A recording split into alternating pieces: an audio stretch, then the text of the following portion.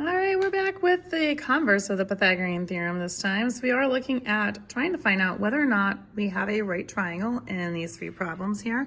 So I'm going to just pull this back so you can see them. Now, I've already gone through and just kind of put some information in. So when you're labeling three side lengths, you always want to make sure your smallest side corresponds with A, your middle side always corresponds with B, and the longest side corresponds with labeling C. Now, in these particular problems, the first two, they are already in order from least to greatest, but they don't necessarily always get given to you in least to greatest. As you can see, this other one, we just have a triangle with three pieces. So I've labeled this one A because that is the shortest length. This is the B because that's the middle length. And then my longest length is the 48.5. So those are already labeled A, B, and C for you. So we just plug them into the Pythagorean theorem, a squared plus b squared equals c squared. And all we're gonna just do is some basic calculator work. So 10 squared is 10 times 10, which is 100. That's nice and easy to do. Now on our calculators, depending upon the calculator you have, what you're gonna do is do 49.5. And in this calculator, we have a square button, which is right here.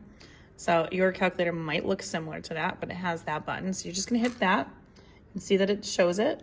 And then just hit enter and you see what your answer is. So we're gonna use the whole decimal. So 2,450.25. We will set that equal to, we're gonna just do 50 times 0.5. Again, using all the number squared, you get 2,550.25. Now when you go ahead, you wanna double check it, add these two together, and when you do add them together, you do get 2,550.25, which is identical to this side. So this proves that this is a right triangle, and yes, that it is. And so you would write, yes, it's right. And whoops. And that's all you have to do with the converse. Now let's take a look at this next one. 9 squared is 9 times 9, which is 81. 12 times 12 is 144. And then 15 times 15. Again, if you weren't sure how to do this, again, you just do 15 and then you hit the square button and then you can see 225. So these are those perfect squares that I usually ask my students to know off the top of their heads. But if you don't know them off the top of your heads, you can just simply calculate them on a calculator, real simple. And then you just add our 81 and the 144 just to see what happens. When you do that, you do end up with 225. So it does prove that it is equal on both sides, which means the Pythagorean theorem has worked, and yes, it's right.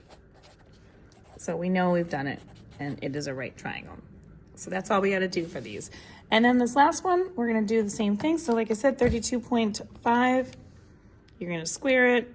You're going to get that answer. Use the entire thing with this, because this is a terminating decimal. These should be terminating decimals.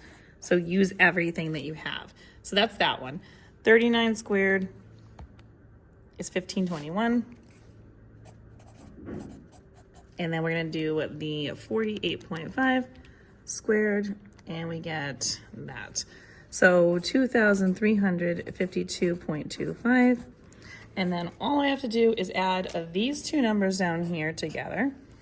And hopefully you probably can just tell just by the look of it, you don't even really need to do the full on adding, but 1,056.25 added to 1521 is going to give me 2,577.25. So what you're going to do here is put that, you're going to equal it to what we said it was equal to. Now, obviously they are not equal. So what you do is you put a slash through it and you say, no, it's not right. Or no, it's not a right triangle. But for my purposes, that's what I'm gonna do. And that's how you do the converse. If you want more questions like these, find them on my YouTube, Instagram, and TikTok at YouWantAlgebra. All these are located in the playlist of Pythagorean theorem. And don't forget, like, share, follow me for more, save this for later, and let me know what you think.